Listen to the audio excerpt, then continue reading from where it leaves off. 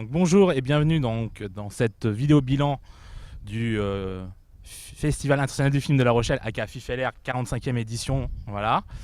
Nous allons vous donner notre avis sur cette édition en compagnie d'Alexandre, d'Armel et de Scoyat.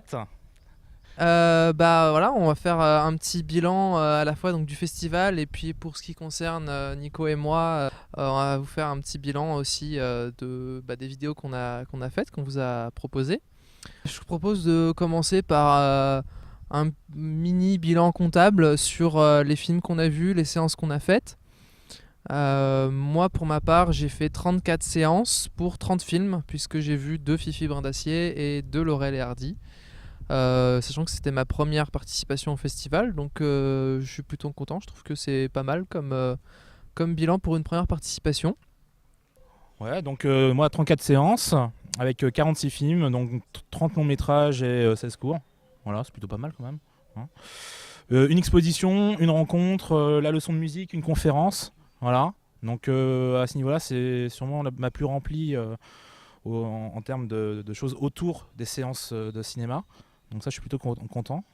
Même si j'aurais bien voulu aller au concert aussi bien à la Sirène que celui à l'Aquarium, mais que je n'ai pas pu faire. Alors moi j'ai fait 30 séances qui reviennent à 29 longs métrages et 6 courts métrages. Je regrette également de ne pas avoir vu le concert à l'Aquarium et celui à la Sirène aurait sans doute été sympa. Et ce qui correspond à une année moyenne pour moi, puisque je crois que je suis déjà monté à 33-34 séances. Il y a eu quelques aléas indépendants de ma bonne volonté qui ont fait que j'ai soit éliminé, soit perdu 8 séances. Voilà. Mais dans l'ensemble, c'était plutôt une bonne année en termes de quota. Moi, par contre, c'était pas trop ça, parce que finalement, sur mes 10 années de participation, c'est celle où j'ai vu le moins de films.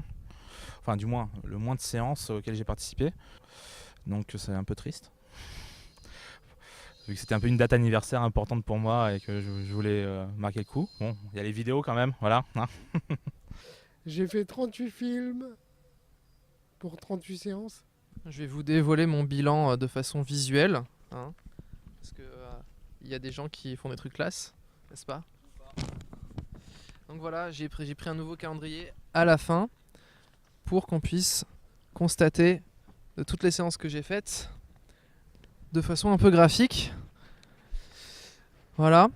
Sachant qu'il en manque une puisque j'ai été voir un documentaire à la médiathèque et que là la médiathèque c'est derrière donc on le voit pas là. Ce que je vous propose c'est de discuter de 2 minutes chacun sur un coup de cœur ou plusieurs coups de cœur du festival. Donc moi j'ai carrément la petite affichette de mon coup de cœur du festival, à savoir Equus. Alors c'est un peu particulier, de toute façon j'en ai déjà parlé dans une de nos vidéos, donc je vais pas vous refaire le bilan, mais en résumé c'est un film qui est très spécial. Je sais même pas si je l'ai réellement aimé, mais j'ai été assez fasciné par le film. Et du coup voilà, ça en fait mon film coup de cœur du festival. Non mais un coup de cœur, on l'aime ou on l'aime pas, mais on sait quoi.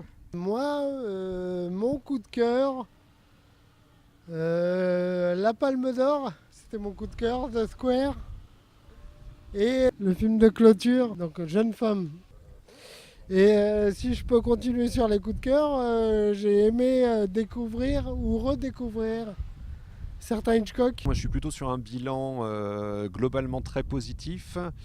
Quand j'ai fait la programmation, j'ai eu un peu de mal au départ à la fois à caser des films, tous les films qui m'intéressaient, et sur la fin à trouver des films à voir parce que la programmation m'intéressait pas tout le temps, tous les jours non plus. Il y a eu des déceptions assez remarquables. L'avant-première du dernier film de Claire Denis qui s'appelle un beau soleil intérieur. Un beau soleil intérieur, ça a été une tannée complète, 1h30 de mauvaise improvisation avec des dialogues répétitifs et débiles. Donc je ne vous le conseille pas.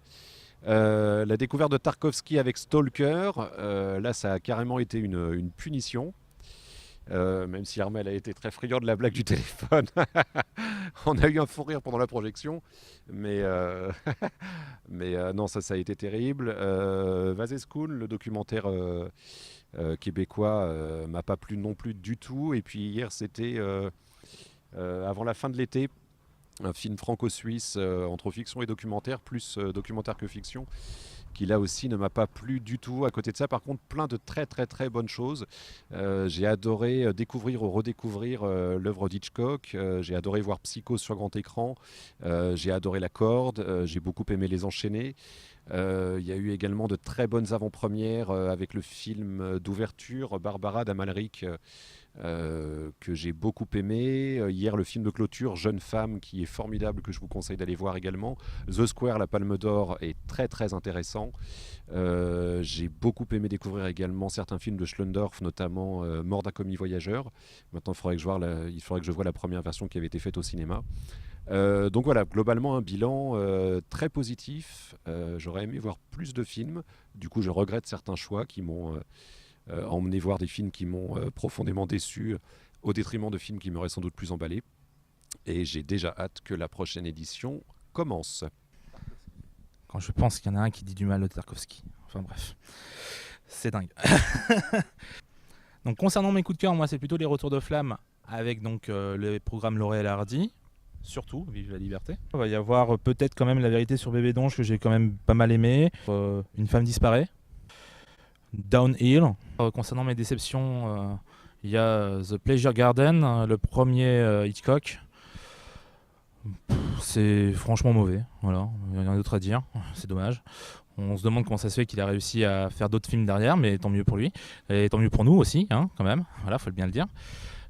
Sinon, Ray, un film chilien, qui était censé être un peu un film psyché et un peu barré, et en fait pas tellement, seulement sur des visuels qui sont totalement gratuits et qui n'apportent rien au film, voilà. Et sinon Happy End, le dernier Haneke, que voilà, vous le savez déjà, je n'ai pas aimé, voilà.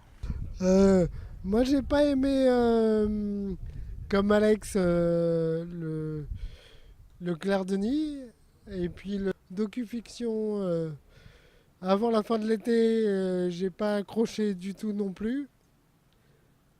Et puis ce qui m'a aussi déçu, ce sont les deux documentaires québécois que j'ai pu voir, Cold Shop Istanbul et Wazescun. Alors moi, au niveau de ce qui a pu me décevoir, le pire c'était, je pense, deux vieux Hitchcock de l'époque britannique, auxquels je me suis résolu à mettre des notes assez basses, dont un que j'ai déjà mentionné lors de la toute première vidéo, à savoir Agent Secret. Et le dernier film que j'ai vu du festival, un peu dommage d'avoir fini avec ça, mais ouais, numéro 17, qui n'est pas forcément exécrable, mais qui est un peu sans intérêt. Sinon, j'ai été déçu par plusieurs réalisateurs que je découvrais totalement. Alors, je n'abandonne pas forcément l'idée de découvrir ce qu'ils ont fait d'autres, mais par exemple, Haneke, ça je l'ai déjà évoqué aussi dans les vidéos qu'on a faites. J'ai pas été très emballé par Happy End. Journal d'une femme de chambre, j'ai été un peu déçu aussi, même si c'était quand même plutôt plaisant à regarder. C'est surtout sur la fin que ça me plaît moyennement. Donc mon premier Buñuel. J'ai également vu mon premier Tarkovsky, même si moi ça n'a pas été Stalker, ça a été Solaris. Et pareil, je suis un peu passé à côté, même si j'ai pas non plus détesté, loin de là. Mais globalement, je me suis un peu fait chier, et il y a quelques trucs qui m'agacent un peu au niveau de la réal. Et sinon, j'aimerais bien, peut-être, vu que je suis un peu le nouveau de la bande, puisque c'est ma première participation, peut-être un petit mot sur ce qui a pu me plaire en termes de découverte, à commencer par le festival en lui-même, mais surtout la préparation du festival, le fait de faire sa petite programmation perso, dire ok, je veux voir tel film, tel film, tel film. Ah non, bah ça c'est pas possible que je vois ces deux films là parce que ça se chevauche, etc. C'est un vrai petit casse-tête, c'est un moment où on s'arrache un peu les cheveux, mais c'est assez plaisant à faire. Surtout que du coup on l'a fait, Nico, Angèle et moi tous les trois, on s'est posé dans un bar et tout, on discutait un peu en même temps qu'on buvait un chocolat chaud ou une bière. Donc c'était plutôt cool à faire.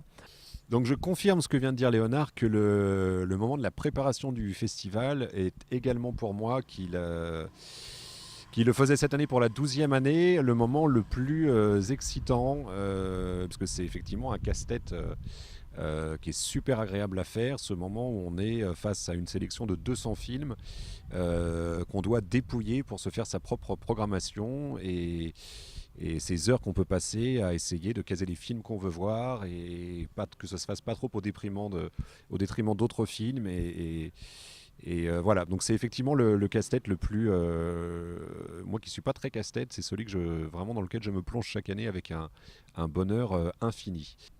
Sinon, au niveau je dirais des gens que j'ai découverts et que j'étais content de découvrir, au niveau pas forcément des réals, mais des cinéastes, on va dire, ou des auteurs, des artistes, etc. Je dirais qu'il y a 2 découvertes. Il y en a une qui est un peu paradoxale, puisque j'ai envie de dire que j'ai redécouvert Hitchcock avec ce festival, alors que c'était probablement le réalisateur que je connaissais le mieux dans tous les réalisateurs qui étaient programmés. Mais il se trouve que la programmation était vraiment très intéressante parce qu'il y avait quelques films très connus de Hitchcock, mais il y avait beaucoup de ces films de la période britannique et notamment, je crois, tout c'est muet, contrairement à ce que j'ai pu dire dans la première vidéo où je dis il n'y a pas tout c'est muet, mais si, apparemment ils étaient tous programmés, c'est muet. Donc ça c'était vraiment très cool de découvrir cette facette d'Hitchcock. Et sinon, et ça aussi j'en ai déjà parlé dans nos vidéos, Astrid Lindgren, c'est probablement l'artiste, l'auteur que j'ai le plus, sur laquelle j'ai le plus appris durant ce festival, avec Les Filles Grenadiers que j'ai découvert ou redécouvert, Les Aventures d'Émile à la ferme que j'ai totalement découvert, et surtout le documentaire que j'ai vu sur elle, qui m'a appris plein de choses, qui m'a vraiment beaucoup donné envie de découvrir encore plus de choses sur cet auteur. Et sinon, pour ce qui est d'évoquer les moments forts de cette 45e édition, en dehors même des films projetés et qui, pour la grande plupart, m'ont vraiment régalé, ça aurait été, comme chaque année, l'ambiance autour du festival, les équipes, notamment l'équipe de la coursive, que j'aime beaucoup. Donc ouais, un de mes moments préférés pendant cette édition, ça aurait été l'occasion de réaliser cette interview avec Jacques Cambra, qui aurait été un très très chouette moment. J'ai bu le coup avec lui hier, il n'arrêtait pas de me dire à quel point il était content de cette interview qu'il va partager sur son blog et qu'il était content des questions que je lui avais posées, de la complicité qu'il y avait entre nous à l'image, etc. Donc ça a vraiment marqué, je pense, le début d'une belle complicité entre nous et ça aurait été l'occasion de poser des questions à un grand artiste et à vraiment une figure emblématique du Festival de La Rochelle.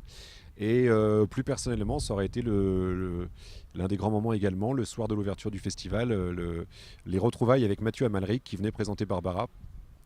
Et Mathieu Amalric que j'avais rencontré il y a quelques années, en l'occurrence il y a pas loin de 13 ans.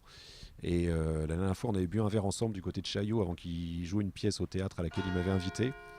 Et c'était super de pouvoir le revoir et de se retrouver à cette occasion-là.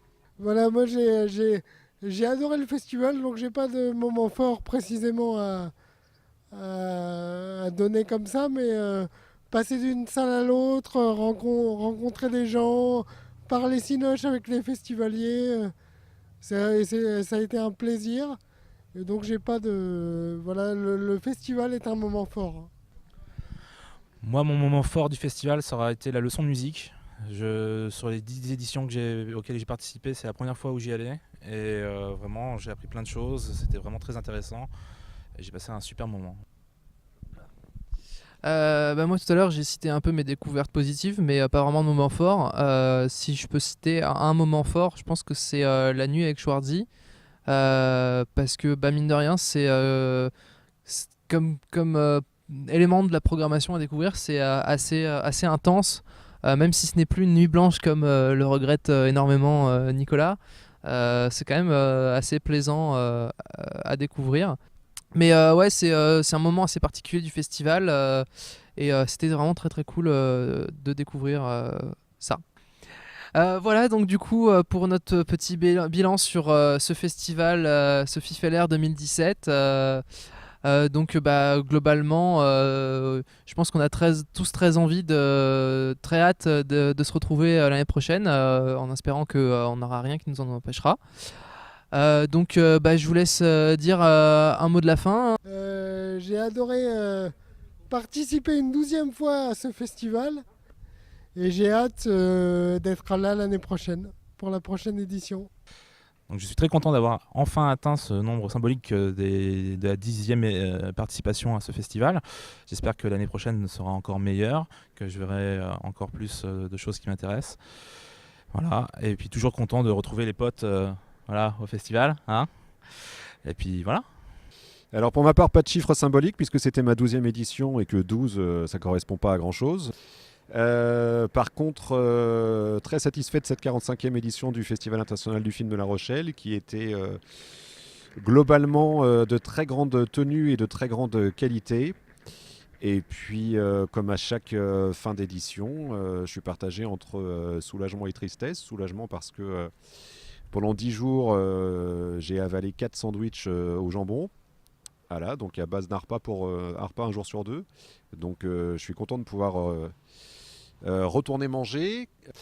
Je suis donc voilà, donc soulagé de pouvoir retrouver un rythme de vie à peu près normal qui va me permettre également de retourner au cinéma, parce que c'est un peu le paradoxe, mais pendant le Festival international du film de La Rochelle, on dévore du film et en même temps on loupe également mais on voit les avant-premières, mais on loupe les sorties. Donc j'ai aussi hâte de retourner au cinéma, voir ce qui est sorti cette semaine et la semaine passée.